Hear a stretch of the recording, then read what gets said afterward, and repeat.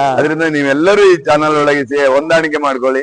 ಈ ಮೀಡಿಯಾ ಏನಿದೆ ಅದನ್ನ ನೋಡಿ, ನಿಮ್ಗೆ ಪ್ರಶ್ನೆ ಬಂದ್ರೆ ಕ್ವಶನ್ ಮಾಡಿ, ಇದನ್ನ ಸಬ್ಸ್ಕ್ರೈಬ್ ಮಾಡಿ, ನೀವು ವಿಚಾರ ಮಾಡಿ. ನಿಮ್ಗೆ ಏನಾದ್ರು ಪ್ರಶ್ನೆ ಹುಟ್ರೆ ಈ ಚಾನಲ್. ಚೌಕಿ ಮನೆ ಅನ್ನೋದು ಅಗತ್ಯ ಪಟ್ಟಂತದ್ದು. ಆ ಚೌಕಿ ಮನೆಯೇ ದೊಡ್ಡದು. ಮೇಳದಲ್ಲಿ ಶ್ರೀವೇಷಧಾರಿ ಒಬ್ಬ ಹಾಸ್ಯಗಾರ ಅವ್ರವ್ರದಾದಂತ ಪಾತ್ರವನ್ನು ಪೋಷಣೆ ಮಾಡ್ಕೊಂಡು ಹೋಗ್ತಾರೆ. ಆ ಮೇಳದಲ್ಲಿ ಪ್ರಧಾನ ಭಾಗವತರು ಅಂತ ಇರ್ತಾರೆ. ಕೆಲವು ಮನೆಗಳಲ್ಲಿ ಆಚರಿಸ್ತಾರೆ, ಅಂದ್ರೆ ಅವರು ಹರಕೆ ಹೊತ್ತಿರ್ತಾರೆ. ಹೌದು, ಆತರ ಯಾವ ತರ ಆಟಗಳು ನಡೆಯುತ್ತೆ? ಪ್ರಧಾನವಾಗಿ ನಮ್ಗೆ ಯಕ್ಷಗಾನಕ್ಕೆ ಗಣಪತಿಯನ್ನು ಆರಾಧನೆ ಮಾಡುವಂಥದ್ದು, ಮತ್ತೆ ಕ್ಷೇತ್ರದಲ್ಲಿ ಬರಬೇಕಾದಂತ ರಾಜನ ಹಾಕ್ತಿದ್ದಂತ ಆಭರಣಗಳು ಮಣಿ ಟಪ್ಪಿ, ಮಣಿ ಕಿರೀಟ ಅಂತ ಹೇಳಿದ್ರು.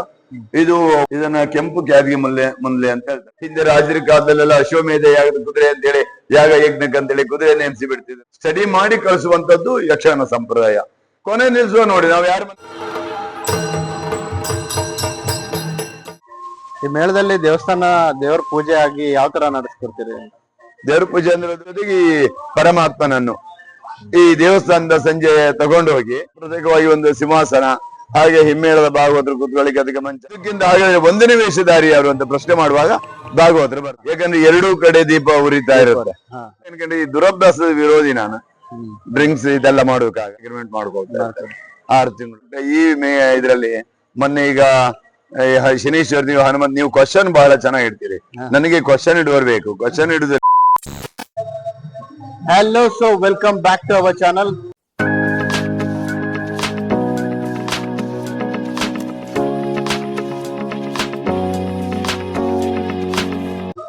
ನಾವ್ ಇವತ್ ಬಂದಿದೀವಿ ಅದೇ ಪ್ಲೇಸ್ಗೆ. ಲಾಸ್ಟ್ ವಿಡಿಯೋದಲ್ಲಿ ನೋಡ್ದಂಗೆ ನೀವು ಶನೇಶ್ವರ ದೇವಸ್ಥಾನಕ್ಕೆ ಮತ್ತೆ ಏನಕ್ಕೆ ಬಂದಿದ್ದೀನಿ, ಅದೇ ತರ ವಿಡಿಯೋ ಮಾಡಕ ಅಂತ ಅನ್ಕೊಂಡಿದ್ರೆ ಸೊ ಸಾರಿ. ಇದು ಆ ವಿಡಿಯೋ ದೇವಸ್ಥಾನದ ಬಗ್ಗೆ ಆಗ್ಲೇ ನಮ್ಗೆ ಧರ್ಮದರ್ಶಿಗಳು ದೇವಸ್ಥಾನ ಹೇಗ್ ಹುಟ್ಟಿತು, ಹೇಗೆ ಅವ್ರು ಬೆಳೆಸಿದ್ರು ಅನ್ನೋದ್ರ ಬಗ್ಗೆ ನಮ್ಗೆ ಮಾಹಿತಿ ಕೊಟ್ಟಿದ್ದಾರೆ. ಹಾಗೆ ಇವತ್ ನೀವು ಬ್ಯಾಕ್ ಗ್ರೌಂಡ್ ಅಲ್ಲಿ ನೋಡ್ತಿದ್ದಂಗೆ ಯಕ್ಷಗಾನ ಮೇಳ ಹೇಗ್ ನಡೆಯುತ್ತೆ, ಬ್ಯಾಕ್ ಗ್ರೌಂಡ್ ಅಲ್ಲಿ ಹೆಂಗಿರುತ್ತೆ ಅಂತ ನಾನು ಇವತ್ತು ತುಂಬಾ ಎಕ್ಸೈಟೆಡ್ ಆಗಿ ನೋಡಕ್ ಬಂದಿದ್ದೀನಿ. ಹೇಗಿರುತ್ತೆ ಅಂತ ನನ್ಗೆ ಇವತ್ತು ಧರ್ಮದರ್ಶಿಗಳೇ ಮತ್ತೆ ಒಂದ್ಸಲ ನಮ್ಗೆ ಸಿಕ್ಕಿದ್ದಾರೆ. ಅವ್ರು ಸಿಕ್ಕಿದ್ ನನ್ಗಂತೂ ತುಂಬಾ ಪುಣ್ಯ ಅನ್ಸುತ್ತೆ. ಥ್ಯಾಂಕ್ಸ್ ಫಾರ್ ಲಾಸ್ಟ್ ವಿಡಿಯೋಗೆ ಎಲ್ಲರೂ ತುಂಬಾ ಸಪೋರ್ಟ್ ಮಾಡಿದಿರಿ. ಹೀಗೆ ತುಂಬಾ ಹೆಚ್ಚು ಶೇರ್ ಮಾಡ್ರಿ, ವಿಡಿಯೋನ ಲೈಕ್ ಮಾಡಿ, ಶೇರ್ ಮಾಡಿ, ಹಾಗೆ ಸಬ್ಸ್ಕ್ರೈಬ್ ಮಾಡೋದನ್ನ ಮರಿಬೇಡಿ. ಈ ಯಕ್ಷಗಾನ ಶನೇಶ್ವರ ದೇವಸ್ಥಾನದ ಯಕ್ಷಗಾನ ಮೇಳನ ಯಾವ ತರ ಮಾಡ್ತಾರೆ, ಬ್ಯಾಕ್ ಗ್ರೌಂಡ್ ಅಲ್ಲಿ ಹೇಗಿರುತ್ತೆ, ಬ್ಯಾಕ್ ಸ್ಟೇಜ್ ಅಲ್ಲಿ ಯಾವ ತರ ರೆಡಿ ಆಗ್ತಾರೆ ಅಂತ ತಿಳ್ಕೊಬೇಕಂತ ನಾನು ತುಂಬಾ ಎಕ್ಸೈಟೆಡ್ ಆಗಿ ಬಂದೀನಿ. ನೀವು ಯಕ್ಷಗಾನ ಅಲ್ಲಿ ಇಲ್ಲಿ ನೋಡಿರ್ಬೋದು, ಹಾಗೆ ಬ್ಯಾಕ್ ಗ್ರೌಂಡ್ ಅಲ್ಲಿ ಹೇಗಿರುತ್ತೆ ಅಂತ ನಾನು ತಿಳ್ಕೊಬೇಕು. ಯಾವ್ಯಾವ ತರ ಇದರಲ್ಲಿ ಯಾವ್ಯಾವ ತರ ಮಟೀರಿಯಲ್ ಯೂಸ್ ಮಾಡ್ತಾರೆ, ಏನ್ಗೆ ರೆಡಿ ಆಗ್ತಾರೆ ಅನ್ನೋದನ್ನ ನಾನು ತುಂಬಾ ನೋಡ್ಬೇಕಂತ ತುಂಬಾ ಎಕ್ಸೈಟೆಡ್ ಆಗಿದ್ದೀನಿ. ಹಾಗೆ ನೀವು ತುಂಬಾ ಎಕ್ಸೈಟ್ ಆಗಿದ್ದೀರಾ ಅಂತ ಅನ್ಕೋತೀನಿ. ಸೊ ಬನ್ನಿ ಮುಂದೆ ಹೋಗಿ ಅವ್ರನ್ನ ಮಾತಾಡ್ಸೋಣ. ಹಾಗೆ ಪ್ರತಿ ಒಂದನ್ನು ಯಕ್ಷಗಾನದ ಹಿಂದ್ಗಡೆ ಹೇಗ್ ನಡೆಯುತ್ತೆ ಅಂತ ಒಂದ್ಸಲ ನೋಡೋಣ.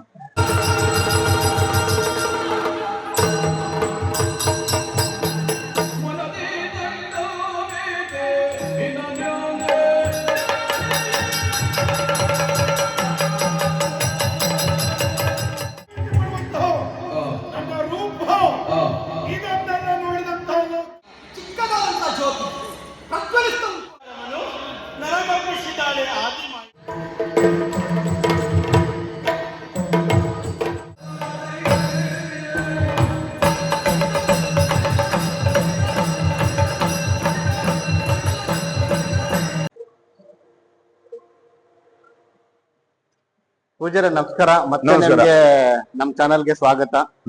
ನಮ್ಗೆ ಇವತ್ತು ನೀವು ದೇವಸ್ಥಾನದ ಬಗ್ಗೆ ಹಳೆ ವಿಡಿಯೋದಲ್ಲಿ ಎಲ್ಲರಿಗೂ ಹೇಳ್ಕೊಟ್ಟಿದ್ರಿ, ಯಾವ ತರ ದೇವಸ್ಥಾನ ಕಟ್ಟಿದ್ರಿ ಹಾಗೆಲ್ಲ. ಈಗ ನಾವು ನಿಮ್ಮ ಮೇಳದ ಬಗ್ಗೆ ತಿಳ್ಕೊಳಕ್ ಬಂದಿದೀವಿ. ನಿಮ್ ಮೇಳ ಹೇಗೆ, ಯಾವ ತರ ರೆಡಿ ಮಾಡ್ತೀರಾ, ಅದ್ರದ್ದು ಎಷ್ಟು ಜನ ಇರ್ತಾರೆ, ಹೇಗ್ ಕೆಲಸ ಮಾಡ್ತಾರೆ, ಅದ್ರಾಗ ಏನೇನ್ ಯೂಸ್ ಮಾಡ್ತೀರಾ ಅದ್ರಲ್ಲಿ ಅನ್ನೋದ ನಂಗೆ ಮತ್ತೆ ನಮ್ಮ ವೀಕ್ಷಕರಿಗೆ ತಿಳಿಸ್ತಾ ಹೋಗ್ಬೋದಾ ದಯವಿಟ್ಟು ನಿಮ್ಮ? ಹೇಳ್ಬೋದು, ತೊಂದ್ರೆ ಇಲ್ಲ. ಸಾಧಾರಣ ನಮಗೆ ನಾನು ಹೇಳಿದ್ದೆ ಅಂತಿಮ ಅಂತ ಅರ್ಥ ಅಲ್ಲ. ಸಾಧಾರಣ ನಮಗೆ ಗೊತ್ತಿದ್ದ ವಿಚಾರವನ್ನ ನಾವು ಯಕ್ಷಗಾನ ಬಗ್ಗೆ ಅನುಭವ ಪಟ್ಟದ್ದನ್ನ ಹೇಳ್ಬೋದು. ಇಲ್ಲಿ ಎಲ್ಲವೂ ನಾವು ಹೇಳಿದ್ದೆ ಕೊನೆ ಅಂತ ಹೇಳಿಲ್ಲ. ಇನ್ನೂ ಬೇಕಾದಷ್ಟು ಅನುಭವಂತರು ಇದರಲ್ಲಿ ಇದ್ದಾರೆ, ಪಳಗಿದವರಿದ್ದಾರೆ. ಅದು ಇವತ್ತಿನ ಇತಿಹಾಸದಲ್ಲ, ಸಾಧಾರಣ 100 ವರ್ಷಗಳ ಹಿಂದಿನ ಯಕ್ಷಗಾನ ಮೇಳ ಆದ್ರಿಂದ ಇವತ್ತಿನ ಏಕಮುಖದಲ್ಲಿ ನಾವು ಹೀಗೆ ಅಂತ ನಿರ್ಣಯ ಕೊಡ್ಲಿಕ್ಕೆ ಬರೋದಿಲ್ಲ. ನಮಗ್ ಗೊತ್ತಿದ್ದ ಮಟ್ಟಿಗೆ ಹೇಳ್ಬೋದು ಈ ಯಕ್ಷಗಾನದಲ್ಲಿ. ಆದ್ರೆ ಯಕ್ಷಗಾನಕ್ಕೆ ಅನ್ನೋದು ಕೆಲವೊಂದಷ್ಟು ವಿಚಾರವನ್ನ ಪ್ರೇಕ್ಷಕರೇನಂದ್ರೆ ರಂಗಸ್ಥಳದಲ್ಲಿ ಆಗುವಂತ ಆಟವನ್ನ ನೋಡಿ, ಎದುರಿಂದ ನೋಡಿ ಖುಷಿ ಪಡ್ತಾರೆ, ಅಭಿಮಾನಿಗಳು ಸೃಷ್ಟಿ ಆಗ್ತಾರೆ. ಆ ರಂಗಕ್ಕೆ ಬರುವ ಮೊದಲು ಚೌಕಿ ಮನೆ ಅನ್ನೋದು ಅಗತ್ಯ ಪಟ್ಟಂತದ್ದು. ಆ ಚೌಕಿ ಮನೆಯೇ ದೊಡ್ಡದು.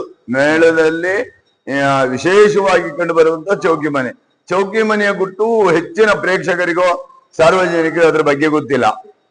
ಅದಕ್ಕಾಗಿ ಚೌಕಿ ಏನ್ ಹೇಳುತ್ತದೆ ಯಾಕೆಂದ್ರೆ ನಮ್ಮ ಹಳೆಯ ಸಂಪ್ರದಾಯ ಮಾಡಿಟ್ಟಿದ್ದಾರೆ ಯಕ್ಷಗಾನದಲ್ಲಿ. ಒಂದು 2 ಭಾಗದಲ್ಲಿ ದೇವರನ್ನ ಪ್ರಧಾನವಾಗಿ ಕೂರಿಸಿ ಎಡಬಲಗಳಲ್ಲಿ ಒಂದು ಗೌರವಾನ್ವಿತ ವೇಷಗಳು ಅಂದ್ರೆ 2 ವೇಷಧಾರಿ, ಒತ್ತೆರಡು ವೇಷಧಾರಿ, ಹಾಗೆ ಅದರಲ್ಲಿ ಪಕ್ಕದಲ್ಲಿ ಪುರುಷ ವೇಷಧಾರಿ, ಹಾಗೆ ಕಪ್ಪು ಮುಂಡಾಸಿನ ಸಾಲು, ಕೆಂಪು ಮುಂಡಾಸಿನ ಸಾಲು, ಹಾಗೆ ಮೇನ್ ಶ್ರೀವೇಷ ಅಂದ್ರೆ ಪ್ರಧಾನ ಶ್ರೀವೇಷ, ಸಖಿ ಶ್ರೀವೇಷ, 3ನೇ ಶ್ರೀವೇಷ, ಹೀಗೆ ಎಲ್ಲ ಹಂತವನ್ನ ಬದಲಾಯಿಸಿ ಎಡಬಲಗಳಲ್ಲಿ ಕೂರಿಸ್ತಾ ಹೋಗ್ತಾರೆ. ಅಂದ್ರೆ ಆಯಾಯ ಪಾತ್ರಗಳು ಆ ವ್ಯಕ್ತಿತ್ವವನ್ನು ಹೊಂದಿದಂತ ವ್ಯಕ್ತಿಯನ್ನ ಗುರುತಿಸಿ ಮೇಳದ ಯಜಮಾನರಿಗಿರುವ ಜವಾಬ್ದಾರಿ ಅದು. ಮೇಳದ ಯಜಮಾನರು ಮತ್ತೆ ಅದರ ಮ್ಯಾನೇಜರ್ ಅದರ ಜವಾಬ್ದಾರಿ ಹೊತ್ತಿರ್ತಾರೆ. ಯಾರ್ಯಾರನ್ನು ಎಲ್ಲಿ ಕೂರಿಸ್ಬೇಕು, ಯಾರ ಹತ್ರ ಯಾವ ವೇಷ ಮಾಡುವ ಸಮರ್ಥತೆ ಇರ್ತದೆ ಅನ್ನೋದನ್ನ ಯಜಮಾನಿಗೆ ಅರ್ಥ ಆಗ್ಬೇಕು. ಅದು ಮೊದಲು ಗೊತ್ತಿರ್ಬೇಕು. ಯಾಕೆ ಹೇಳಿದ್ರೆ ಯಕ್ಷಗಾನದಲ್ಲಿ ಈಗ ನಾವು ಹೇಳುತ್ತೆ, ಯಕ್ಷಗಾನ ಕಲಾವಿದರು ದಶಾವತಾರಿಗಳು ಅಂತ ಹೇಳ್ತಾರೆ. ನಾವು ಅದಕ್ಕೆ ಹೇಳ್ತೇವೆ ಮೇಳದ ಯಜಮಾನರು ಏಕದಶಾವತಾರಿಗಳಂದ್ರೆ ದಶಾವತಾರವನ್ನು ಮೀರಿರ್ಬೇಕು. ಪ್ರತಿಯೊಬ್ಬ ಕಲಾವಿದ ಅವರವರ ವಿದ್ಯೆಯನ್ನು ಅವರವರ ಕಲಿತು, ಒಬ್ಬ ಪುರುಷ ವೇಷಧಾರಿ, ಒಬ್ಬ ಸ್ತ್ರೀವೇಷಧಾರಿ, ಒಬ್ಬ ಹಾಸ್ಯಗಾರ ಅವ್ರವ್ರದಾದಂತ ಪಾತ್ರವನ್ನು ಪೋಷಣೆ ಮಾಡ್ಕೊಂಡು ಹೋಗ್ತಾರೆ.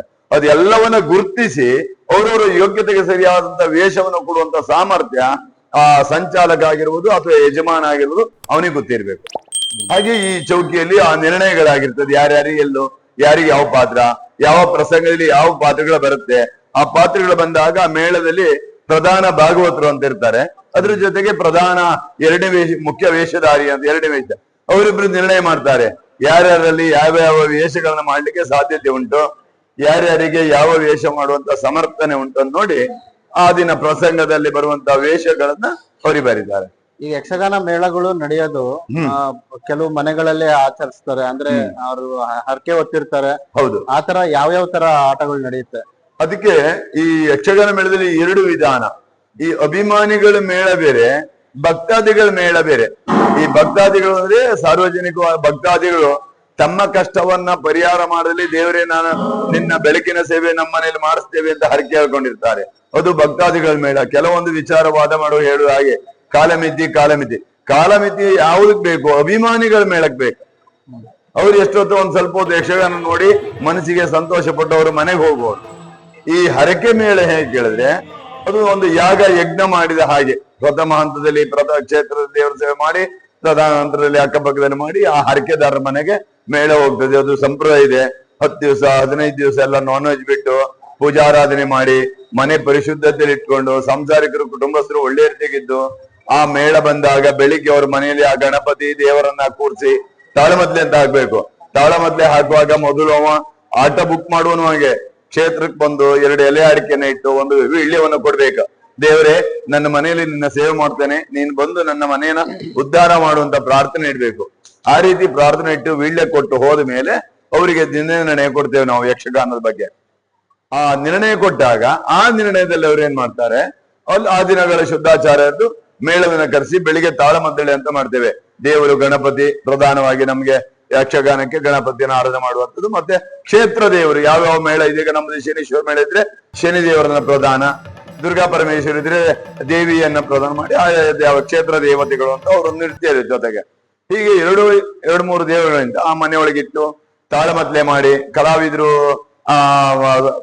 ಪೂಜೆ ಮಾಡಿ ಅದೇ ದಿನ ಸಂಜೆ ಏನ್ ಮಾಡ್ತಾರೆ, ಮನೆಯಿಂದ ಹೊರಗೆ ಅಂಗಳದಲ್ಲಿ ಕಣ್ಣೀರ್ ಅಂದ್ರೆ ಸಗಣಿ ನೀರು ಉಡಿಸಿ ಪರಿಶುದ್ಧತೆ ಮಾಡಿರ್ತಾರೆ ದೇವರ ಮಂಟಪ ಮಾಡೋಕೆ ಅಂತ. ಕೆಲವು ಏನಾಗಿದೆ ಈಗ ನಮ್ಮಲ್ಲೇ ನಮಗೆ ಪ್ರತ್ಯೇಕ ಮಂಟಪ ಮಾಡ್ತೇವೆ. ಯಾಕಂದ್ರೆ ಚೌಕಿ ಒಳಗಡೆ ಕಲಾವಿದರೆಲ್ಲ ವೇಷ ಕಟ್ಕೊಳ್ತಾ ಇರ್ತಾರೆ.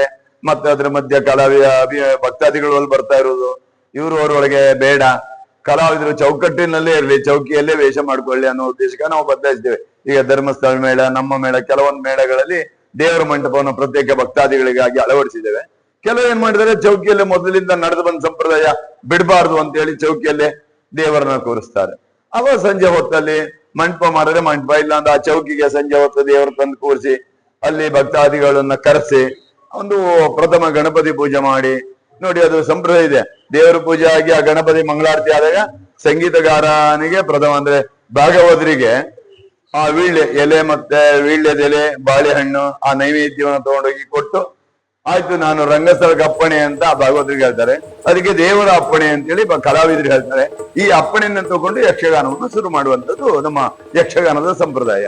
ಅದು ಭಕ್ತಾದಿಗಳು ಹರಕೆ ಆಗಿ ಮಾಡುವಂತ ಸಂಪ್ರದಾಯ.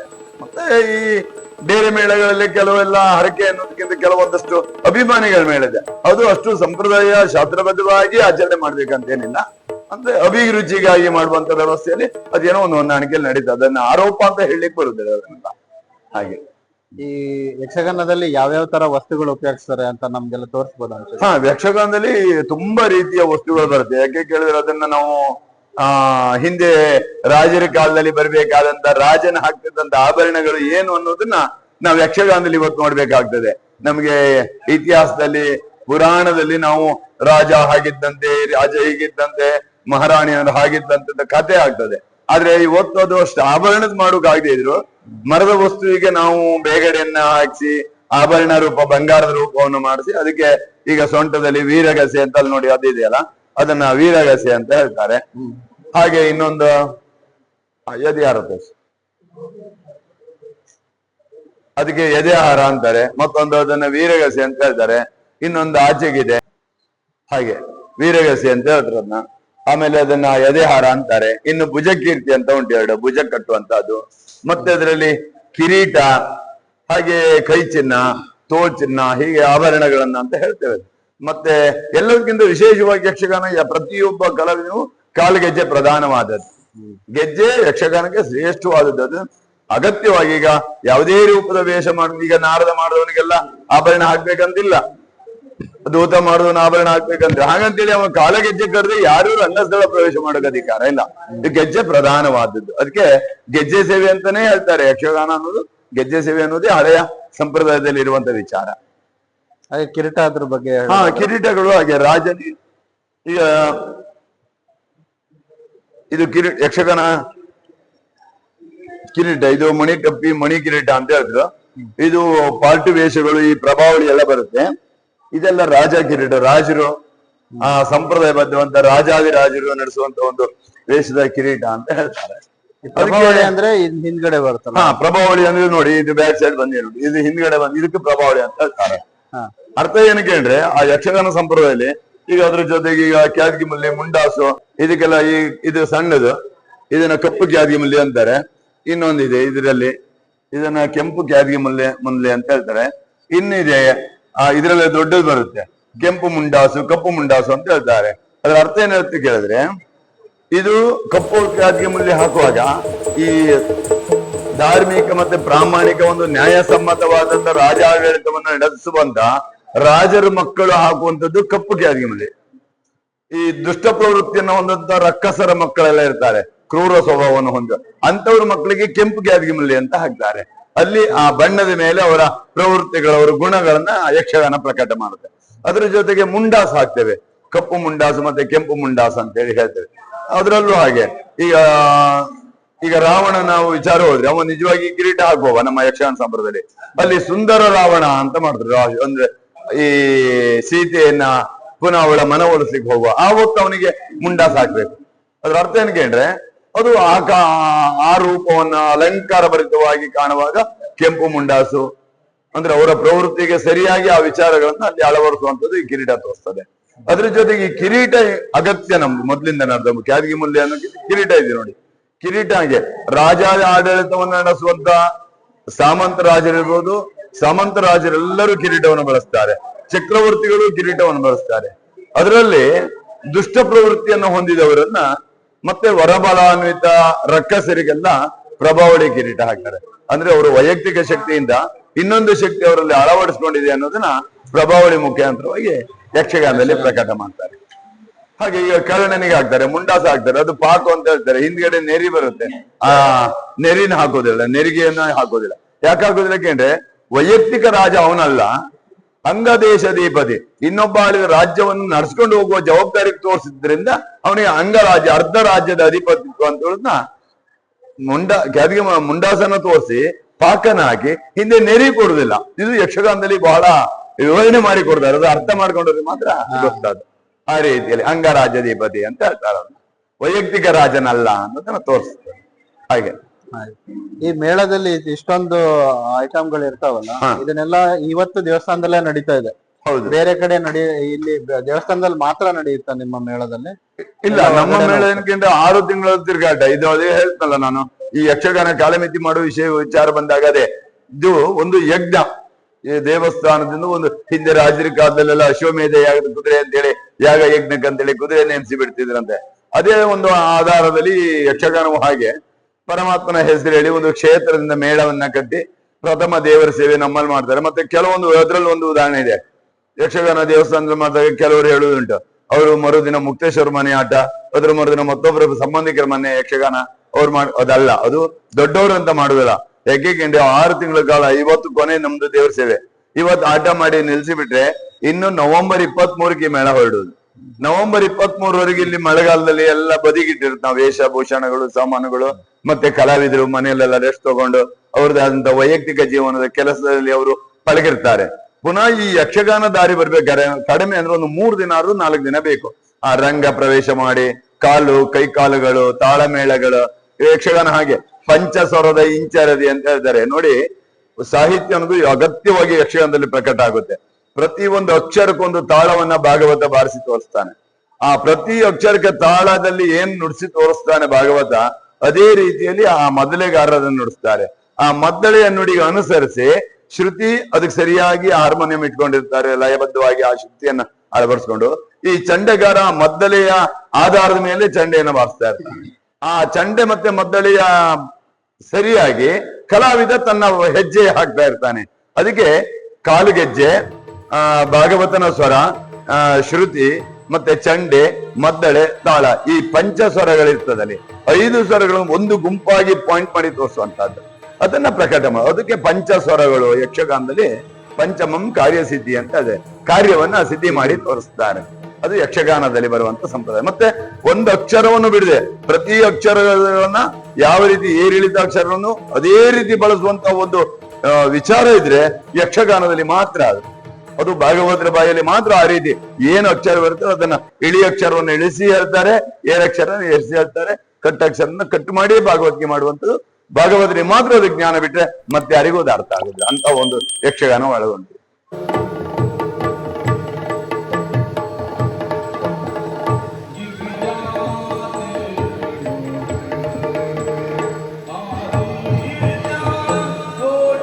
ಈ ಮೇಳದಲ್ಲಿ ಈಗ ಯಕ್ಷಗಾನ ಪಾತ್ರ ಮಾಡೋರ್ಗೆ ಬಣ್ಣ ಆಗ್ಲಿ, ಅವ್ರ ತೊಡಸೋ ಒಂದು ಬಟ್ಟೆಗಳಾಗ್ಲಿ ಎಲ್ಲ ಮೇಳದಲ್ಲೇ ಇರುತ್ತಾ? ಅದು ತಗೊಂಡೋಗಿ ಅವ್ರು ಬರ್ತಾ ಇರ್ತಾರ? ಅದ್ರ ಜೊತೆ ಸ್ವಲ್ಪ ಬಿಟ್ಟೆ ಯಕ್ಷಗಾನ ಅದೇ ಹೇಳಿದ್ನಲ್ಲ ನಿಮ್ಮ ಹತ್ರ, ಮೇಳ 6 ತಿಂಗಳು ನಿಂತಿರುತ್ತೆ. ಅವಾಗ ಏನ್ ಮಾಡಿರುತ್ತೆ, ನಾವು 3 ದಿವಸಗಳ ಕಾಲ ಅದು ನಮ್ಮಲ್ಲಿ ಯಕ್ಷಗಾನ ಮಾಡ್ತಾ ಹೋಗ್ತೇವೆ. ಯಾಕಂದ್ರೆ ಫಸ್ಟ್ ದಿನ ದೇವ್ರ ಸೇವೆ ಅಂತ, ಮರುದಿನ ನಮ್ಮನೆಗೆ, ಅದ್ರ ಮರುದಿನ ಇನ್ನೊಂದು ದೇವಸ್ಥಾನದಲ್ಲಿ, ಹೀಗೆಲ್ಲ ಮಾಡಿ 3 ದಿನದಲ್ಲಿ ಸ್ಟಡಿ ಆಗುತ್ತೆ ಮೇಳ. ಕರೆಕ್ಟ್ ಯಥಾಸ್ಥಾನಕ್ಕೆ ಬರ್ತದೆ. ಬಂದ್ರ ಮೇಲೆ ವೀಳ್ಯ ಕೊಡುವವರಿಗೆ ಆಟ ಕಳಿಸ್ತೇವೆ. ಯಾಕಂದ್ರೆ ಅವರು ಹಣ ಕೊಟ್ಟು ಆಟ ಮಾಡುವಾಗ, ಯಕ್ಷಗಾನ ಮಾಡುವಾಗ ಅಲ್ಲೇನಾದ್ರು ಸಮಸ್ಯೆ ಆಗ್ಬಾರ್ದು, ನ್ಯೂನ್ಯತೆ ಬರಬಾರ್ದು ಅಂತ 3 ದಿನಗಳ ನಾವು ಸ್ಟಡಿ ಮಾಡಿ ಕಳಿಸುವಂತದ್ದು ಯಕ್ಷಗಾನ ಸಂಪ್ರದಾಯ. ಕೊನೆ ನಿಲ್ಸುವ ನೋಡಿ, ನಾವು ಯಾರ ಮನೆಗೂ ಮಾಡುದಿಲ್ಲ, ಎಲ್ಲ ಕಡೆ ತಿರುಗಾಟ ಮಾಡಿ ಇವತ್ತು ಕೊನೆ ಸೇವೆ ಮಾಡಿ ಮುಗಿಸಿ ಬಿಡ್ತೇವೆ. ಯಾಕಂದ್ರೆ ಇನ್ನು ಸ್ಟಡಿ ಮಾಡ್ಬೇಕಾದಿಲ್ಲ, ಕಲ್ತು ಬಂದೇ ಇರ್ತಾರೆ ಅವರು. ಹಾಗಾಗಿ ಇದು ಯಕ್ಷಗಾನ. ಮತ್ತೆ ನಾವು ವೇಷಭೂಷಣಗಳೆಲ್ಲವೂ ಮೇಳದಿಂದನೇ ವ್ಯವಸ್ಥೆ ಮಾಡಿರ್ತೇವೆ. ಮತ್ತೆ ಕೆಲವಿದ್ರು ಏನ್ ಮಾಡ್ತಾರೆ ಕೇಳಿದ್ರೆ, ಅವ್ರವ್ರದಂತ ದೇಹ ಸ್ಥಿತಿಗೆ ಆಯಾ ಆಕಾರಕ್ಕೆ ಅವರ ಮನಸ್ಸಿಗೆ ಒಪ್ಪುವಂತದ್ದು ಆಭರಣಗಳನ್ನ ಈ ತರವನ್ನ ಅವ್ರು ಮಾಡ್ಕೊಳ್ತಾರೆ. ಹಾಗಂತೇಳಿ ಅವರು ತಂದ್ಕೊಳ್ತಾರೆ ಕಲಾವಿದರಿಗೆ ಅಂತೇಳಿ ಕಲಾವಿದ್ರ ಮೇಲೆ ಬಿಡುವ ಅಧಿಕಾರ ಯಜಮಾನಿಗಿಲ್ಲ. ಕಲಾವಿದರಿಗೆ ಬಣ್ಣ ಇರ್ಬೋದು, ಅವ್ರಿಗೆ ಉಡುವಂತ ಹಾಕುವಂತ ಬಟ್ಟೆ ಇರ್ಬೋದು, ತೊಡುವಂತ ಆಭರಣಗಳಿರ್ಬೋದು, ಎಲ್ಲವನ್ನ ಮೇಳದ ಯಜಮಾನ ವ್ಯವಸ್ಥೆ ಮಾಡಿ ಕೊಡ್ಬೇಕಾದ್ರೆ ಅವನ ಜವಾಬ್ದಾರಿದು ವ್ಯವಸ್ಥಾಪಕ ಅಂತ ಹೇಳುದೇ ಅದಕ್ಕೆ. ಯಾವ ರೀತಿ ಬಣ್ಣ ಉಪಯೋಗಿಸ್ತಾರೆ ಇಲ್ಲಿ? ಇದಕ್ಕೆ ಒಂದು 3-4 ತರ, ಯಾವ್ದೆಲ್ಲ ಅದು ಹಳದಿ ಮತ್ತೆ ಇಂಗ್ಲೀಕು ಸಫೇದ್ ಅಂತ ಪೌಡ್ರು. ಅದು ಯಾವ್ದಾದಂತ ಅಲರ್ಜಿ ಕಾಯಿಲೆಗಿಲೆ ಏನ್ ಬರುದಿಲ್ಲ.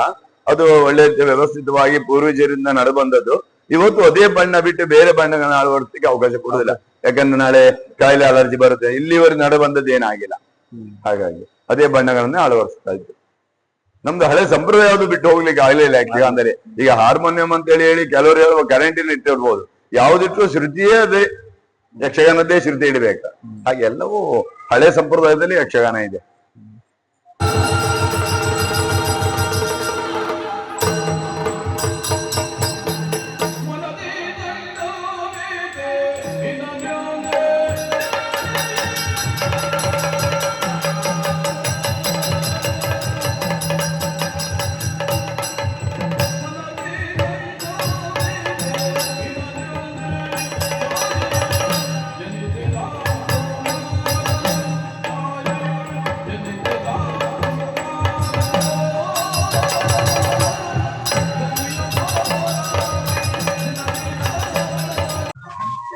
ಈ ಮೇಳದಲ್ಲಿ ದೇವ್ರ ಪೂಜೆ ಆಗಿ ಯಾವ ತರ ನಡೆಸ್ಕೊಡ್ತೀರಿ? ದೇವ್ರ ಪೂಜೆ ಅಂದ್ರೆ ಅದು ನಮ್ಮಲ್ಲಿ ಅಂದ್ರೆ ಪ್ರಥಮ ಅದೇ ಹೇಳಿದ್ನಲ್ಲ, ಚೌಕಿಯಲ್ಲಿ ಆಗುವಂತದ್ದು. ಇದು ಪ್ರತ್ಯೇಕ ಮಂಟಪ ನಾವು ಮಾಡಿದ್ದೇವೆ. ಆ ದೇವ್ರ ಪೂಜೆ ಅಂದ್ರೆ ಅದು ಆ ಭಕ್ತಾದಿಗಳು ಹರಕೆದಾರಿ ಏನಿರ್ತಾರೆ ಅವರಿಂದ ಗಣಪತಿ ಪೂಜೆ ಅಂತ ಅವ್ರದ್ದು ಬೇಕಾದ ಐಟಮ್ ಪಟ್ಟಿ, ನಾವು ಸಾಮಾನ್ ಪಟ್ಟಿ ಕೊಟ್ಟಿರ್ತೇವೆ, ಎಲ್ಲ ತಂದಿರ್ತಾರೆ. ಆದ್ರೆ ವಾಸ್ತವಿಕವಾಗಿ ಅಂದ್ರೆ ಗಣಪತಿಯನ್ನ ರಂಗಸ್ಥಳಕ್ಕೆ ತಗೊಂಡು ಹೋಗುವ ಸಂಪ್ರದಾಯ ಇದೆ. ಫಸ್ಟ್ ಈಗ ಇಲ್ಲಿ ಪೂಜೆ ಆಯ್ತು, ಭಾಗವತರ ಹತ್ರ ವೀಳ್ಯ ಕೊಟ್ರು, ಭಾಗವತ ಹೋಗಿ ಅಲ್ಲಿ ಭಾಗವದ್ಗೀನ ಸಂಗೀತಗಾರರು ಶುರು ಮಾಡ್ತಾರೆ. ಶುರು ಆದಾಗ ಅಲ್ಲಿ ಗಣಪತಿ ಪೂಜೆ ರಂಗಸ್ಥಳಕ್ಕೆ ದೇವರನ್ನ ಪ್ರವೇಶ ಮಾಡ್ಬೇಕಂತ ಹಳೆ ಸಂಪ್ರದಾಯ ಇದೆ. ಅದಕ್ಕೆ ನಮ್ಮಲ್ಲಿ ಪದ್ಯದಲ್ಲಿ ಉಂಟು, ದಕ್ಷಿಣಾಮೂರ್ತಿ ದೇವಾನಾಂ ಸಕಲ ಕಾರ್ಯ ವಿಜಯೀ ಭವ ಅಂತ ಭಗವದ್ಗೀತೆ ಮಾಡುವ ಹೇಳ್ತಾರೆ. ಈ ದಕ್ಷಿಣಾಮೂರ್ತಿ ದಕ್ಷಿಣ ದಿಕ್ಕಿ ಇಟ್ಟು ಪೂಜೆ ಮಾಡುವ ದೇವರನ್ನ ಜಾತಿ ಪರಿಭೇದಗಳಿಲ್ಲದೆ ಅಂದ್ರೆ ಚಲನಾಮೂರ್ತಿ ಅಂತ ಹೇಳ್ತೇವೆ. ಸ್ಥಿರ ಸ್ಥಾಪನೆ ಅಲ್ಲ, ಚಲನೆಯಲ್ಲಿ ಮಾಡುವಂತ ಪ್ರತಿಷ್ಠಾ ವಿಧಿವಿಧಾನ ಪೂಜೆ ಇದೆ. ಈಗ ನಾವು ನೋಡಿ ಗಣಪತಿಯನ್ನ ಶಾಸ್ತ್ರ ಪ್ರಕಾರವಾಗಿ ಒಂದು ಕಡೆ ಕೂರಿಸಿದ್ಮೇಲೆ ಪದೇ ಪದೇ ಎತ್ತಬಾರ್ದು. ಆದ್ರೆ ಯಕ್ಷಗಾನ ಮೇಳದಲ್ಲಿ ಹಾಗಲ್ಲ, ಇವತ್ತಿಲ್ಲಿ ನಾಳೆ ಇನ್ನೊಂದೂರು, ನಾಳೆ ಇನ್ನೊಂದೂರು, ಹಾಗೆ ಬಿಡಾರ ಕಟ್ಟಿ ಹೋಗ್ತಾ ಇರುತ್ತೆ ಎತ್ಕೊಂಡು. ಹಾಗಾಗಿ ದಕ್ಷಿಣಾಮೂರ್ತಿ ದೇವನಾಮ ಅಂದ್ರೆ ದಕ್ಷಿಣ ದಿಕ್ಕಲ್ಲಿ ಪ್ರಥಮ ಹಂತದಲ್ಲಿ ಇಟ್ಟು ಆರಾಧನೆ ಮಾಡಿ ನಾವು ದಕ್ಷಿಣ ಭಾರತದಲ್ಲಿ ಅಂದ್ರೆ ಉತ್ತರ ಭಾರತದಲ್ಲಿ ಯಕ್ಷಗಾನ ಸಂಪ್ರದಾಯ ಇಲ್ಲ. ಈ ದಕ್ಷಿಣ ಭಾರತದಲ್ಲಿ ನಾವು ದಕ್ಷಿಣ ಭಾರತದಲ್ಲಿ ದೇವರನ್ನ ಪೂಜೆ ಮಾಡ್ತೇವೆ. ಪೂಜೆ ಮಾಡುವ ಸಂಪ್ರದಾಯ ಏನ್ ಹೇಳ್ತದೆ ಕೇಳಿದ್ರೆ, ಸ್ಥಿರವಾಗಿ ಅಲ್ಲ, ಎಲ್ಲಾ ಕಡೆ ಅಲ್ಲಲ್ಲಿ ಹೋಗಿ ನಾವು ಪೂಜೆ ಮಾಡಿ ಆ ಭಕ್ತಾದಿಗಳು ಕೂಡ ಸೇವೆಯನ್ನು ಸಲ್ಲಿಸ್ತಾ ಇದ್ದೇವೆ. ಆ ಸೇವೆಯನ್ನು ತಗೊಂಡು ಅವರಿಗೆಲ್ಲ ಒಳ್ಳೇದ್ ಮಾಡು ದೇವರೇ. ಅದ್ರ ದಕ್ಷಿಣಾಮೂರ್ತಿ ದೇವಾನಾಂ ಸಕಲ ಕಾರ್ಯ ವಿಜಯೀ ಭವ ಅನ್ನೋ ಬಗ್ಗೆ ಭಾಗವತರ ಹಾಡಿ ಆ ದೇವರನ್ನ ರಂಗಸ್ಥಳದಲ್ಲಿ ವೇಷಧಾರಿ ಮುಖಾಂತರವಾಗಿ ಮಂಗಳಾರತಿನ ಮಾಡಿಸಿ ಆ ಸಿಂಹಾಸನ ಮೇಲೆ ದೇವರನ್ನ ಕೂರಿಸಿ ಪೂಜಾ ವಿಧಿವಿಧಾನವನ್ನ ಮಾಡಿ ಮುಂದೆ ಕಥೆಗೆ ಶುರು ಮಾಡ್ತೇವೆ. ನಾವು ಪ್ರಸಂಗದ ಒಂದು ಕಥೆಯನ್ನ ಶುರು ಮಾಡ್ಬೇಕು ಅನ್ನೋದು ಸಂಪ್ರದಾಯ. ಇದ್ರಲ್ಲಿ ಯಾವ್ಯಾವ ದೇವರು ಇದೆ ಇಲ್ಲಿ? ನಮ್ಮಲ್ಲಿ ಏನು ಕೇಳಿದ್ರೆ ಗಣಪತಿ ಒಂದು ದೇವರಿಗೆ ಆರಾಧನೆ ಮಾಡ್ಬೇಕಾದ್ರು. ಆದ್ರೆ ಕ್ಷೇತ್ರ ದೇವರಾಗಿ ಪ್ರಧಾನ ಶನಿ ದೇವರ ಮುಖವಾಡ, ಅಲ್ಲಿ ಆ ಬೆಳ್ಳಿ ಮುಖವಾಡ ಇರುವಂತದ್ದು ಕ್ಷೇತ್ರ ದೇವರಾಗಿ ಶನಿ ದೇವರು ಈ ಮೇಳದ ಪ್ರಧಾನ ದೇವರು. ಅದ್ರ ಜೊತೆಗೆ ಆಚೆ ಕಂದಾವರ ಮಹಂಕಾಳಿ. ಯಾಕಂದ್ರೆ ಈ ಮೇಳ ಈ ದೇವಸ್ಥಾನ ಕಟ್ಟುವಾಗ ನನಗೆ ಆದಿ ಕಂದಾವರ ದೇವರ ಮನೆ ತಂದರ್ ನಾವು.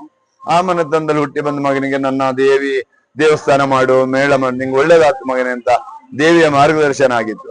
ಹಾಗಾಗಿ ಆ ಮಹಂಕಾಳಿಯ ಫೋಟೋವನ್ನು ನಮ್ಮ ಚೌಕಿಯಲ್ಲಿ ನಾವು ಇಡ್ತೇವೆ. ಇದ್ರ ಜೊತೆಗೆ ಮತ್ತೆ ಶನೀಶ್ವರ ಮಹಾತ್ಮೆ ಅಥವಾ ಸತ್ಯವ್ರತ ಮಹಾರಾಜನಿಗೆ ಶನೀಶ್ವರ ಕಾರ್ಯದ 2 ಪ್ರಸಂಗ ಇರುತ್ತೆ. ಅಂದ್ರೆ ಈ ಕ್ಷೇತ್ರಕ್ಕೆ ಸಂಬಂಧಪಟ್ಟ ಪ್ರಸಂಗ ಅಂತ ಕತೆ ಮಾಡಿದಾಗ ನಮ್ಮ ದೇವಸ್ಥಾನದಲ್ಲಿ ವರ್ಷಕ್ಕೊಂದು ಬಾರಿ ಉತ್ಸವ ಮೂರ್ತಿ ಅಂತ ದೇವರನ್ನ ಮೆರವಣಿಗೆ ಮಾಡುವಂತದ್ದುಂಟು. ಆ ಮೂರ್ತಿ ಪ್ರತ್ಯೇಕವಾಗಿ ಉತ್ಸವ ಮೂರ್ತಿ ಇಲ್ಲಿರುವಂತಹದ್ದು. ಈ ಉತ್ಸವ ಮೂರ್ತಿ ಇದು 2 ಪ್ರಸಂಗಗಳಿಗೆ ಮಾತ್ರ ಆ ಶನೀಶ್ವರನ ವೇಷಭೂಷಣಗಳು, ಕಿರೀಟ, ಹಾಗೆ ಅದಕ್ಕೆ ಬೇಕಾದಂತ ಆ ದೇವರಿಗೆ ಆ ವೇಷಕ್ಕೆ ಬೇಕಾಗುವ ಆಭರಣ, ಅದ್ರ ಜೊತೆಗೆ ಈ ಪರಮಾತ್ಮನನ್ನು ಈ ದೇವಸ್ಥಾನದ ಸಂಜೆ ತಗೊಂಡು ಹೋಗಿ ಆ ಚೌಕಿಯಲ್ಲಿ ದೇವರನ್ನ ಕೂರಿಸಿ ರಾತ್ರಿ ಯಕ್ಷಗಾನ ಆದ್ಮೇಲೆ ವೇಷ ಎಲ್ಲ ಮುಗಿದ್ರ ಮೇಲೆ ಬೆಳಿಗ್ಗೆ ಈ ದೇವರನ್ನು ತಗೊಂಡೋಗಿ ಬರುವ ವ್ಯಕ್ತಿ ಒಬ್ಬ ಇದ್ದಾನೆ. ಆ ವ್ಯಕ್ತಿ ಈ ದೇವರನ್ನು ಕರ್ಕೊಂಡು ಅವ್ರ ಮನೆ ಹತ್ರ ಹೋಗಿ ಅವ್ರ ಮನೆ ಎದುರು ಒಂದು ಆರತಿ ಮಾಡಿಸಿ ಪ್ರಸಾದ ಕೊಟ್ಟು ಪುನಃ ದೇವಸ್ಥಾನಕ್ಕೆ ಬರಬೇಕು. ಬೆಳಿಗ್ಗೆ ಸಂಜೆ ಹೋಗಿ ಬೆಳಿಗ್ಗೆ. ಇದು ನಮ್ಮ ಮೇಳದಲ್ಲಿ ಇರುವಂತಹ ಸಂಪ್ರದಾಯ. ಮತ್ತೆ ಬೇರೆ ಬೇರೆ ಮೇಳದಲ್ಲಿ ಬೇರೆ ಬೇರೆ ರೀತಿಯ ಸಂಪ್ರದಾಯ. ಆದ್ರೆ ಪೂಜಾ ವಿಧಿವಿಧಾನಗಳು ಒಂದೇ ತರ. ಎಲ್ಲಾ ರಂಗಸ್ಥಳ ಗಣಪತಿನ ತಗೊಂಡೋಗಿ ಅಲ್ಲಿ ಕುಣಿಸಿ ಪುನಃ ರಂಗಸ್ಥಳದಲ್ಲಿ ತಂದು ಆಮೇಲೆ ಪ್ರಸಂಗ ಶುರು ಮಾಡುದು ಯಕ್ಷಗಾನ ಸಂಪ್ರದಾಯ.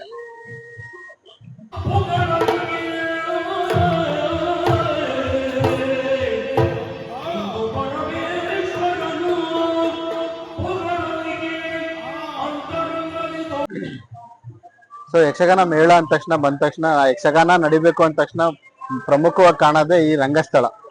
ರಂಗಸ್ಥಳ ಯಾವ ರೀತಿ ಇರುತ್ತೆ ಅದ್ರ ಬಗ್ಗೆ ನಮ್ಗೊಂಚೂರು ಮಾಹಿತಿ ಕೊಡ್ಬೋದು? ಆ ರಂಗಸ್ಥಳ ಅನ್ನೋದು ಅಗತ್ಯ ಪಟ್ಟಂತದ್ದು. ಸಾರ್ವಜನಿಕರಿಗೆ ಸಾವಿರಾರು ಜನರ ಕೇಂದ್ರ ಬಿಂದುವೆ ಯಕ್ಷಗಾನದಲ್ಲಿ ಕಂಡು ಬರುವಂತದ್ದು ರಂಗಸ್ಥಳ. ನಾವೀಗ ಒಳಗಿಂದ ಚೌಕಿಯಲ್ಲಿ ವೇಷಭೂಷಣ ಏನೇ ಕಟ್ಲಿ ಇರ್ಲಿ ವ್ಯವಸ್ಥೆ, ಈಗ ಮೇಳದ ಯಜಮಾನ ಅನ್ನುವಂಥದ್ದು ಮಾಡುವಂತದ್ದು ಏನಿದ್ರು ಚೌಕಿ ವ್ಯಾಪ್ತಿ ಹಿಮ್ಮೇಳದಲ್ಲಿ ಹಿಂದೆಗಡೆನೆ ಬರುವಂತಹದ್ದು. ಇದು ಸಾರ್ವಜನಿಕ ಪ್ರಧಾನ ಕೇಂದ್ರ ಬಿಂದು ಯಕ್ಷಗಾನ ಮೇಳ. ಅದರಲ್ಲಿ ಪ್ರತ್ಯೇಕವಾಗಿ ಒಂದು ಸಿಂಹಾಸನ, ಹಾಗೆ ಹಿಮ್ಮೇಳದ ಭಾಗವತರು ಕೂತ್ಕೊಳ್ಳಿಕ್ಕೆ ಅದಕ್ಕೆ ಮಂಚ ಪ್ರತ್ಯೇಕವಾಗಿ, ಹಾಗೆ ಚಂಡೆಗಾರರು ಅಲ್ಲಿ ಹತ್ರ ಇಲ್ಲ, ಸ್ವಲ್ಪ ಎಡ ಭಾಗದಲ್ಲಿ ಚಂಡೆಗಾರ ಕೂತ್ಕೊಳ್ತಾರೆ. ಯಾಕಂದ್ರೆ ಮೇಳದಲ್ಲಿ ಒಂದು ಸಂಪ್ರದಾಯ ಇದೆ. ಎರಡನೇ ವೇಷಧಾರಿ ಅಂದ್ರೆ ಎಲ್ಲರಿಗೂ ಗೊತ್ತುಂಟು, ಯಾಕಂದ್ರೆ ವೇಷ ಕಟ್ಟುವುದ್ರಲ್ಲಿ. ಅದಕ್ಕಿಂತ ಹಾಗಾದ್ರೆ 1ನೇ ವೇಷಧಾರಿ ಯಾರು ಅಂತ ಪ್ರಶ್ನೆ ಮಾಡುವಾಗ ಭಾಗವತರು ಬರ್ತಾರೆ. ಅದಕ್ಕೆ ಇಲ್ಲಿ ರಂಗಸ್ಥಳದ ನಾವ್ ಏನು ಜನ ನೋಡ್ತೇವೆ, ನಾವು ನೋಡುವವರಿಗೆ ಬಲಭಾಗದಲ್ಲಿ ಪ್ರಧಾನ ಭಾಗವತರಾಗಿ ಅಲ್ಲಿ ಬಲಭಾಗ ಬರುತ್ತೆ. ಆ ಪ್ರಧಾನವನ್ನು ಬಲ ಅಂತ ಹೇಳ್ತೇವೆ. ಅವರ ಬಲದಿಂದ ಎಲ್ಲವೂ ನಡೀತದೆ ಅನ್ನೋದೊಂದು ಸಾಂಕೇತವಾಗಿ ಈ ಭಾಗವತರು ಪಕ್ಕದಲ್ಲಿ ಮದ್ದಲೆಗಾರರ ಪಕ್ಕದಲ್ಲಿ ಕೆಳಭಾಗದಲ್ಲಿ ಚಂಡೆಗಾರರು ಇರ್ತಾರೆ. ಮತ್ತೆ ಇಲ್ಲಿ ರಂಗಸ್ಥಳವು ಹಾಗೆ ಅದಕ್ಕೆ ದಶಮ ಸಂಖ್ಯೆಯಲ್ಲಿ ಹೆಚ್ಚಾಗಿರ್ತದೆ. ಕೆಲವು ಮೇಳದಲ್ಲಿ ಒಂದು ರೀತಿಯಾದ ಭಾರಗಳನ್ನ ಎತ್ತೋಕೆ ಅಳವಡಿಸ್ಲಿಕ್ಕೆ ತೊಂದರೆ ಆಗುತ್ತಂತಲೇ ಕೆಲವರೆಲ್ಲ ಸ್ವಲ್ಪ ಇವತ್ತು ಕೆಲವೊಂದು ಬದಲಾವಣೆ ಮಾಡಿದ್ದಾರೆ, ಮಾಡ್ಲಿಲ್ಲ ಅಂತಲ್ಲ. ಆದ್ರೆ ಹಳೆಯ ಸಂಪ್ರದಾಯ ಏನಕ್ಕೆ ನಾನು ತುಂಬಾ ಕಡೆ ಇದನ್ನ ಅಳತೆ ತೆಗೆದಿದ್ದೇನೆ, ಕೇಳಿದ್ದೇನೆ. ಅವಾಗ ದಶಮಾನೋತ್ತರ ದಶೋತ್ತರ ಅಂತ ಹೇಳಿರುವಾಗ 10ರ ಅಂಕೆಗಳು ಬರ್ಬೇಕು ಅನ್ನೋದಾಗಿ ಇದು ನಮ್ದು ಚೌಕಟ್ಟು ಏನಿದೆ 10 ಇದೆ. ಆಚೆ ಮತ್ತೆ ನಾವು 6 ಅಡಿ ಸೇರ್ಸ್ಕೊಳ್ತೇವೆ ಹಿಮ್ಮೇಳಗಳು ಕೂತ್ಕೊಳ್ಳಿಕ್ಕೆ. ಟೋಟಲ್ ಇದು 16 ಅಡಿ ಉದ್ದ, 10 ಅಡಿ ಅಗಲ ಈ ರಂಗಸ್ಥಳ ಇರುತ್ತೆ. ಮತ್ತೆ ಮೊದಲೆಲ್ಲ ನೆಲದ ಮೇಲೆಲ್ಲ ದೀಪ ದಿವಟಿಗೆ ಬೆಳಕಲ್ಲೆಲ್ಲ ಮಾಡ್ತಾ ಇದ್ರು. ಈಗ ಕುರ್ಚಿ ಮೇಲೆ ಜನ ಕೂತ್ಕೊಳ್ಳುವಾಗ ಸ್ಟೇಜಿನ ವ್ಯವಸ್ಥೆ ಇದೆ. ಅದಕ್ಕಾದಂತ ಒಂದು ರಂಗಸ್ಥಳದಲ್ಲೂ ಹಾಗೆ ಶುರು ಮಾಡುವಾಗ ದೇವರು ಬರ್ತಾರೆ, ಅಂದ್ರೆ ದೇವರ ಗಣಪತಿಯನ್ನು ತರ್ತೇವೆ, ಭಾಗವತಿ ಮಾಡಿಸ್ತಾರೆ, ಕುಣಿಸ್ತಾರೆ.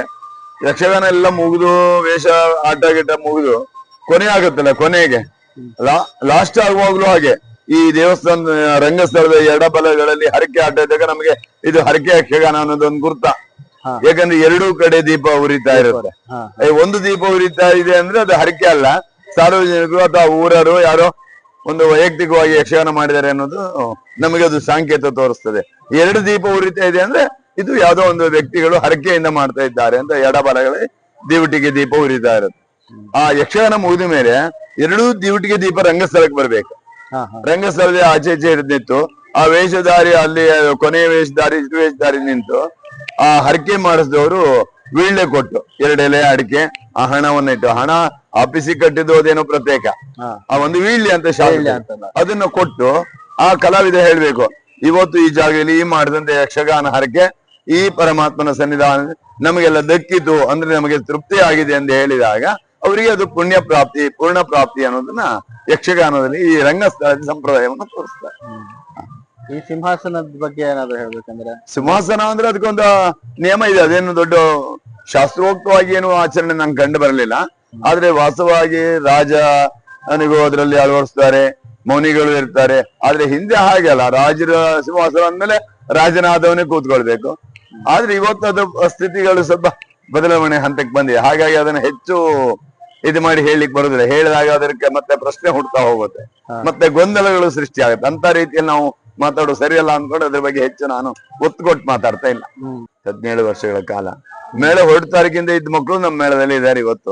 ಈಗ ಶನೀಶ್ವರ ಹೆಸರಾಂತ ಬಡಬಾಳ ರಾಘವೇಂದ್ರ ಶೆಟ್ಟಿ ಅಂದ್ರೆ ಅವನು ಮೇಳ ಹೊರಡುವ ಮೊದ್ಲಿದ್ದು, ಆರ್ಗೋಡ ಸಹಶಣಿಯರು ಹಾಗೆ ಮೇಳ ಹೊರಡುವ ಮೊದ್ಲೇ ನನ್ನ ಹತ್ರ ನಾನು ಅವ್ರ ಹತ್ರ ಕೇಳ್ಕೊಂಡಾಗ ಒಂದ್ 4-6 ಮಕ್ಕಳನ್ನ ಕರ್ಕೊಂಡು ಮೇಳ ಕಟ್ಟಿ ಬೆಳೆಸುವಲ್ಲಿ ಒಂದು ಸಹಕಾರ ಮಾಡಿದ್ರು.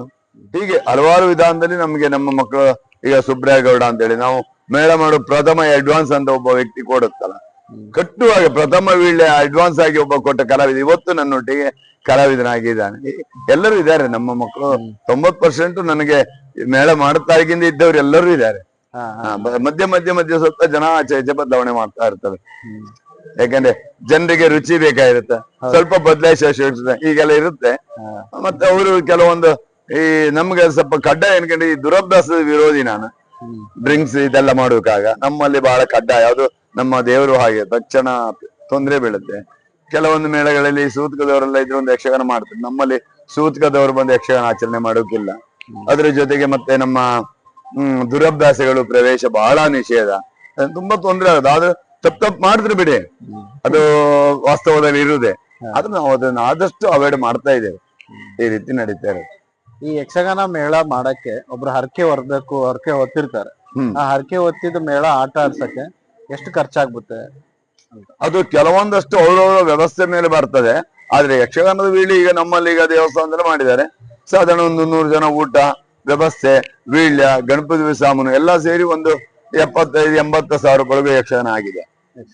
ಆಗಿದೆ. ನಮ್ದು ವೀಳ್ಳಿ ಈಗ 55,000 ವರ್ಷ ಇತ್ತು.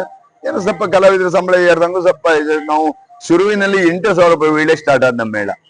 2007-8ರಲ್ಲಿ 8,000 ರೂಪಾಯಿ ವೀಳ್ಯ ಶುರುವಾಗಿದೆ. ಈ ವರ್ಷ 55,000 ರೂಪಾಯಿ ವೀಳ್ಯದಲ್ಲಿ ಮೇಳ ಹೊರಡ್ತಾ ಇದೆ. ಕಲಾವಿದರಿಗೆ ಸಂಬಳ ತುಂಬಾ ಜಾಸ್ತಿ ಆಯ್ತು. ಪ್ರಧಾನ ವೇಷಧಾರಿ ನಾನು ಮೇಳ ಹೊರಡುವಾಗ ಕೊಟ್ಟದ್ದು 35,000 ಸಂಬಳ. ಇವತ್ತು 3.5 ಲಕ್ಷ ಸಂಬಳ ಪ್ರಧಾನ ವೇಷಧಾರಿ ನಡೀತಾ ಇದೆ. 3.5 ಲಕ್ಷ ಅಂದ್ರೆ ವರ್ಷಕ್ಕೆ 6 ತಿಂಗಳಿಗೆ 6 ತಿಂಗಳ ಕಾಲ, ನವೆಂಬರ್ ಇಂದ ಮೇವರೆಗೂ ನಾವು ಅಗ್ರಿಮೆಂಟ್ ಮಾಡ್ಕೊಂಡಿರುತ್ತೆ. ಮತ್ತೆ ದಿನ ಸಂಬಳ ಕಲಾವಿದರಂತ ಇರ್ತಾರೆ, ಆದ್ರೆ ನಾವು ಅದನ್ನ ಹೆಚ್ಚಾಗಿ ಇಷ್ಟಪಡೋದಿಲ್ಲ. ಯಾಕೆಂದ್ರೆ ನಮ್ಮ ಅನಿವಾರ್ಯತೆ ಇದ್ದಾಗ ಅವ್ರು ಇರುವುದಿಲ್ಲ, ಅವಾಗ ನಮಗೆ ತೊಂದರೆ ಆಗ್ತದೆ. ನಮ್ಗೆ ಹರಕೆ ಆಟ ವಿಚಾರಗಳು ಬೇಕೆ, ಅದಕ್ಕಾಗಿ ನಾವೇನ್ ಮಾಡ್ತೇವೆ ಆದಷ್ಟು ಶಾಶ್ವತ ಕಲಾವಿದರನ್ನೇ ಅಗ್ರಿಮೆಂಟ್ ಮಾಡ್ಕೊಳ್ತೇವೆ 6 ತಿಂಗಳು ಅಂತೇಳಿ. ಎಷ್ಟು ಕಲಾವಿದರಿದ್ರು ನಮ್ಮಲ್ಲೀಗ ಕಲಾವಿದರು ಮತ್ತೆ ಹೊರ ಕೆಲಸ ಈ ಮೇಳದ ವ್ಯವಸ್ಥೆ ಇದೆಲ್ಲ ಮಾಡಿಕೊಟ್ಟು ಒಂದು 38 ಜನ ಇದ್ರು ನಮ್ಮಲ್ಲೀಗ. ಹೊರೆಯವರು, ಹಿಮ್ಮೇಳದವರು, ಮುಮ್ಮೇಳದವರು ಅಂದ್ಕೊಂಡು ಒಂದ್ 38-40 ಜನ ಎವರೇಜ್ ಇರ್ತಾರೆ ಮೇಳದಲ್ಲಿ ನಮ್ಮಲ್ಲಿ. ಟೆಂಟ್ ಮೇಳಕ್ಕೆ ಜಾಸ್ತಿ ಬೇಕು, ದೊಡ್ಡ ಮೇಳ ಡೇರೆ ಮೇಳಗಳಿಗೆ ದೊಡ್ಡ ಮಟ್ಟದ ವ್ಯವಸ್ಥೆ ಜಾಸ್ತಿ ಬೇಕಾಗ್ತದೆ. ನೋಡಿದ್ರಲ್ಲ ಯಕ್ಷಗಾನ ಮೇಳ ಹೇಗಿರುತ್ತೆ, ಬ್ಯಾಕ್ ಸ್ಟೇಜ್ ಅಲ್ಲಿ ಹೇಗೆ ಇದು ಮಾಡ್ತಾರೆ ಅಂತ. ನಮ್ಗೆ ಕೊನೆ ವಿಡಿಯೋದಲ್ಲೂ ತುಂಬಾ ಸಹಾಯ ಮಾಡಿ ಎಲ್ಲ ವಿಷಯಗಳು ದೇವಸ್ಥಾನ ಬಗ್ಗೆ ಎಲ್ಲಿ ಯಾವ ತರ ಅವ್ರು ದೇವಸ್ಥಾನ ಕಟ್ಟಿದ್ರು ಅಂತ ತುಂಬಾ ಚೆನ್ನಾಗಿ ಎಕ್ಸ್ಪ್ಲೈನ್ ಮಾಡಿದ್ರು. ಹಾಗೆ ಶನೇಶ್ವರ ದೇವಸ್ಥಾನಗಳಲ್ಲಿ ನಿಮ್ಗೆ ಹೋಗಿ ಆಚರಿಸಿ ಅಂತ ಹೇಳ್ತಾ ಈ ವಿಡಿಯೋನ ಇಲ್ಲಿಗೆ ಎಂಡ್ ಮಾಡ್ತಾ ಇದ್ದೀನಿ. ಸೊ ನಿಮ್ಗೆಲ್ಲರಿಗೂ ಈ ವಿಡಿಯೋ ಲೈಕ್ ಆಗಿದೆ ಅಂತ ಅನ್ಸುತ್ತೆ. ಸರ್ ನಿಮ್ಗೆ ಈ ನಮ್ ಚಾನಲ್ ಬಗ್ಗೆ ಏನಾದ್ರು ಹೇಳ್ಬೇಕಂತ ಅನ್ಸಿದ್ರೆ? ಇಲ್ಲ, ನಾನು ಹೇಳುದೇನು ಕೇಳಿದ್ರೆ, ನೀವು ಈ ಚಾನಲಿನಿಂದ ನನ್ಗೆ ತುಂಬಾ ಇಷ್ಟ ಆಯ್ತು. ಯಾಕೆ ಕೇಳಿದ್ರೆ ನನಗೆ ಸೋಷಿಯಲ್ ಮೀಡಿಯಾದಲ್ಲಿ ತುಂಬಾ ಜನ ವಿಡಿಯೋ ಮಾಡಿದ್ದಾರೆ, ಆದ್ರೆ ನಾನ್ ನಿಮಗೆ ಕೊಟ್ಟ ಈ ಇದ್ರಲ್ಲಿ ಮೊನ್ನೆ ಈಗ ಶನೀಶ್ವರ್, ನೀವು ಹನುಮಂತ್, ನೀವು ಕ್ವಶನ್ ಬಹಳ ಚೆನ್ನಾಗಿ ಇಡ್ತೀರಿ. ನನಗೆ ಕ್ವಶನ್ ಇಡುವವರು ಬೇಕು, ಕ್ವಶನ್ ಇಡುದಿಲ್ಲ ಎಲ್ಲರೂ. ನೀವು ಹೇಳಿ ಸರ್ ಹೇಳಿ ಅಂದಾಗ ಸುಮ್ನೆ ಹೇಳಲಿಕ್ಕೆ ಬರೋದಿಲ್ಲ. ಏನಾದ್ರು ಕ್ವಶನ್ ಇಟ್ಟರು ಆನ್ಸರ್ ಮಾಡಿ, ನೀವಿಟ್ಟು ಕ್ವಶನ್ ನಮ್ಗೆ ಸಂತೋಷ ಆಗಿದೆ. ಮೊನ್ನೆ ಈಗ ಹೇಳಿದ್ರಿ ಹನುಮಂತನನ್ನ ಪೂಜೆ ಮಾಡೋ ಕಡಿಮೆ ತೊಂದ್ರೆ ಕಡಿಮೆ ಆಗುತ್ತೆ, ಶನೀಶ್ವರ ಇದ್ ಮಾಡ್ತಾನೆ, ಹೆದರ್ತಾನೆ. ಇಲ್ಲ, ಅದೆಲ್ಲ ಸುಳ್ಳು. ದೇವರಲ್ಲಿ ಏರಿಳಿತ ಅನ್ನೋದಿಲ್ಲ. ಅವ ದೊಡ್ಡವನು, ಇವ ಸಣ್ಣವನು, ಅವನಿಗೋದು ಇವನಿಗಿದ್ದು ಅಂತ ಹೇಳಿ ಎಲ್ಲ ದೇವರು ಸಂಪ್ರದಾಯ ಮಾಡುದಿಲ್ಲ ಅನ್ನೋ ಬಗ್ಗೆ ಚೆನ್ನಾಗಿ ಹೇಳೋಕೆ ಅವಕಾಶ ಕೊಟ್ಟಿದೆ. ಅದರಿಂದ ನಮಗೆ ಇನ್ನೂ ಸಹ ಈ ಧಾರ್ಮಿಕದಲ್ಲಿ ವೈಜ್ಞಾನಿಕವಾಗಿ ವಿಜ್ಞಾನ ಏನ್ ಅಳವಡಿಸಿದೆ ಅನ್ನೋ ಬಗ್ಗೆ ನಿಮಗೆ ವಿಮರ್ಶೆ ಕೊಡ್ತಾ ಇರ್ತೇನೆ. ಆದ್ರಿಂದ ಇದನ್ನ ಆದಷ್ಟು ಬೇಗ ಜನರು ನೋಡುವುದಾದ್ರೆ, ಎಷ್ಟು ಜನ ಇದಕ್ಕೆಲ್ಲ ಸೇರಿ ಈ ಚಾನೆಲ್ಗಳನ್ನ ವಿಮರ್ಶೆ ಮಾಡಿ ನೋಡ್ತಾರೋ ಅಷ್ಟು ಜನ ಜಾಸ್ತಿ ಆದ್ರೆ ನಾನು ಮತ್ತು ಇದ್ರ ಬಗ್ಗೆ ಧಾರ್ಮಿಕವಾಗಿ ವೈಜ್ಞಾನಿಕವಾಗಿ ಏನುಂಟು ಅನ್ನೋ ಬಗ್ಗೆ ನಾನು ಹೇಳಲಿಕ್ಕೆ ಬಯಸ್ತೇನೆ. ವೀಕ್ಷಕರು ಇದನ್ನ ಸಬ್ಸ್ಕ್ರೈಬ್ ಮಾಡಿ. ನಾವು ಹೆಚ್ಚಾಗಿ ಕನ್ನಡ ಅಳವಡಿಸೋದು ಬಿಟ್ರೆ ಬೇರೆ ವಿಚಾರದಲ್ಲಿ ನಾನು ಮಾತಾಡ್ತಾ ಕಮ್ಮಿ. ಅದರಿಂದ ನೀವೆಲ್ಲರೂ ಈ ಚಾನಲ್ ಒಳಗೆ ಹೊಂದಾಣಿಕೆ ಮಾಡ್ಕೊಳ್ಳಿ. ಈ ಮೀಡಿಯಾ ಏನಿದೆ ಅದನ್ನ ನೋಡಿ, ನಿಮ್ಗೆ ಪ್ರಶ್ನೆ ಬಂದ್ರೆ ಕ್ವಶನ್ ಮಾಡಿ, ಇದನ್ನ ಸಬ್ಸ್ಕ್ರೈಬ್ ಮಾಡಿ, ನೀವು ವಿಚಾರ ಮಾಡಿ. ನಿಮ್ಗೆ ಏನಾದ್ರು ಪ್ರಶ್ನೆ ಹುಟ್ರೆ ಈ ಚಾನಲ್ ಮುಖಾಂತರ ಕ್ವಶನ್ ಮಾಡಿ, ಗೊತ್ತಿದ್ದಷ್ಟು ವಿಚಾರಗಳನ್ನ ವಿಮರ್ಶೆ ಮಾಡಿ ಕೊಡೋಕೆ ನಾನು ತಯಾರಿದ್ದೇನೆ. Thank you sir.